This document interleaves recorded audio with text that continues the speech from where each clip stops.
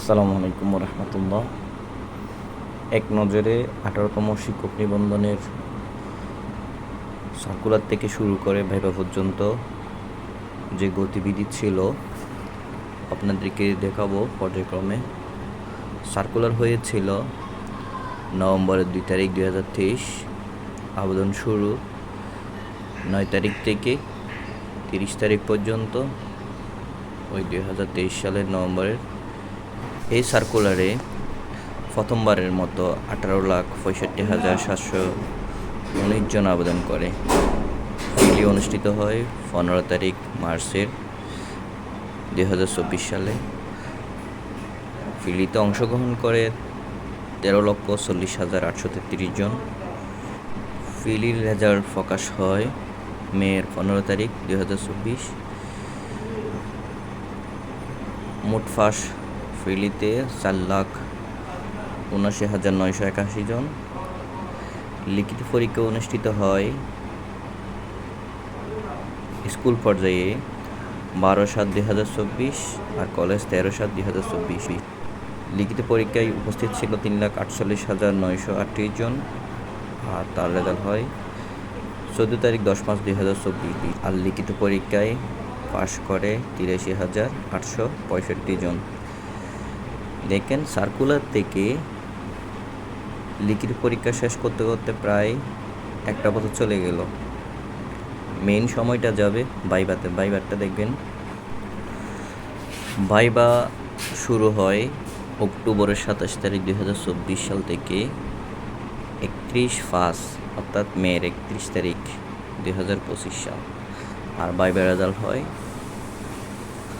জুনের 4 তারিখ 2025। এবারে সবচেয়ে বড় বিপর্যয়টা হয় ভাইভা রেজাল্ট নিয়ে। 83,865 জন থেকে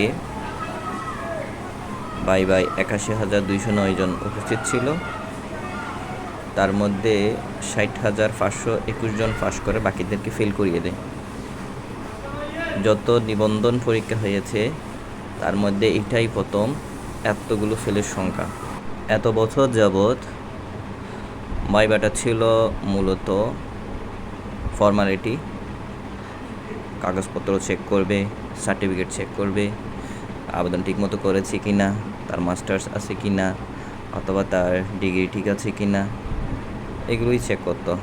তার আইডি কার্ড ঠিক আছে কি না। উপস্থিত হলেই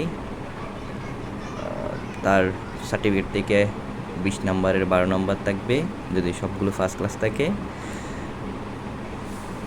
আর এখান থেকে 8 নম্বর থাকবে, আর 8 নম্বর থেকে 40% ফাইলেই পাস হবে ভাইভাতে। কিন্তু এবারে অনেক ক্যান্ডিডেট দেখা গেছে সব প্রশ্নের উত্তর দিয়েও তাদেরকে ফেল করাই দিছে, অর্থাৎ পুরো লটারি সিস্টেম হয়ে গেছে। কিছু বোর্ডে দেখা গেছে 27 জনে পাস করেছে 30 জনের মধ্যে, আবার কিছু বোর্ডে 27 জন ফেল গিয়েছে, এমনকি 29 জন পর্যন্ত ফেল গিয়েছে 30 জনের মধ্যে। পদ সংখ্যা 1,10,000-এর মতো, অথচ লিখিততে পাশ করেছে 83,000। ভাইভাতে এতগুলো ফেল করার কোনো কারণ দেখছি না। তো এখানে আমি বলবো তারা অতিরঞ্জিত করেছে। তো যারা ফেল করেছে তাদেরকে কিভাবে সান্ত্বনা দেব সেটা বুঝতে পারতেছি না। কারণ তাদের কাছ থেকে প্রায় 2023 সাল থেকে 2025 সালের শেষ প্রান্তে চলে আসছে। 2.5 বছর 3টা বছর তাদের কাছ থেকে কেড়ে নেওয়া হয়েছে। 18তম নিবন্ধনে যারা ভাইভায় ফেল গিয়েছে তারা কি আসলে মেধাবী নয়? আসলে তারা অবশ্যই মেধাবী, কারণ তাদেরকে 83,000 টিকিয়েছে বলা ঠিক হবে না। তারা 83,000 টিকেছে। লিখিত পরীক্ষার 1-2 মাস আগেই সিলেবাস চেঞ্জ করে পরীক্ষায় গিয়ে দেখা যাচ্ছে ভিন্ন টাইপের প্রশ্ন প্যাটার্ন, কোনো নোটিশ ছাড়া, কোনো অপশন ছাড়া তাদেরকে প্রশ্ন দেওয়া হয়েছিল। এর মাধ্যমে পাস করা মানে হচ্ছে আসলেই মেধাবী। 83,000 বাছাই কি তো এতটুকুই ঠিক আছে, এর বাইরে আবার ভাইভাতে ফেল করার কোনো কারণ দেখছি না। যাদের কাগজপত্র ঠিক নেই, এলোমেলো পাওয়া গেছে, মাস্টার্স না করেও মাস্টার্স রেজাল্ট দিয়ে দিয়েছে, আবেদন করছে, যারা অনুপস্থিত তাদেরকে বাদ দিয়ে মোটামুটি যতটুকু থাকবে তাতেই ঠিক ছিল। এনটিএসএ অতিরঞ্জিত করেছে। গত দু একদিন আগে দেখলাম সংবাদ সম্মেলন করেছে, যারা ফেল দিয়েছে তাদেরকে প্রহসন বা স্বেচ্ছাচারিতার মাধ্যমে ফেল করা হয়েছে। আসলে তাদের দাবি যৌক্তিক, যেহেতু ভাইবা নাম্বার কাউন্ট করা হয় না জাতীয় মেরিট লিস্টে, শুধু লিখিত নাম্বারে কাউন্ট করা হয়, তাদেরকে বাদ দেওয়ার মানেটা কি? আমিও চাইব তাদের অধিকার ফিরিয়ে দেওয়া হোক।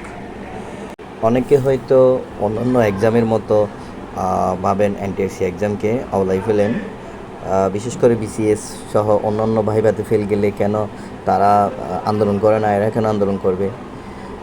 এই এনটিএসসির সাথে অন্যান্য এক্সামের অনেক তফাৎ আছে। অন্যান্য ভাইবা শেষ হওয়ার সাথে সাথে তাদেরকে চাকরি দেয়, আর এই ভাইবা শেষ হওয়ার সাথে সাথে চাকরি দেয় না।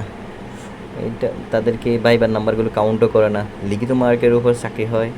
লিখিত মার্কের ভিত্তিতে তাদের প্রতিষ্ঠান ভালো পাবে নাকি খারাপ পাবে সেটা নির্ভর করে। তো এরা যেহেতু লিখিততেই ফাঁস করেছে, তাদেরকে ফেল করার কোনো ইতিহাস ছিল না। হঠাৎ করে 18তমতে আসি এভাবে নোটিশ ছাড়া তাদেরকে বাদ দেওয়া পুরোপুরি অন্যায়। এখন আমারটা আমি বললাম, আপনাদের মতামত কি কমেন্টে জানাবেন। আসলে এতগুলো ফিল করা এনটিএসসি ঠিক করেছে নাকি অন্যায় করেছে?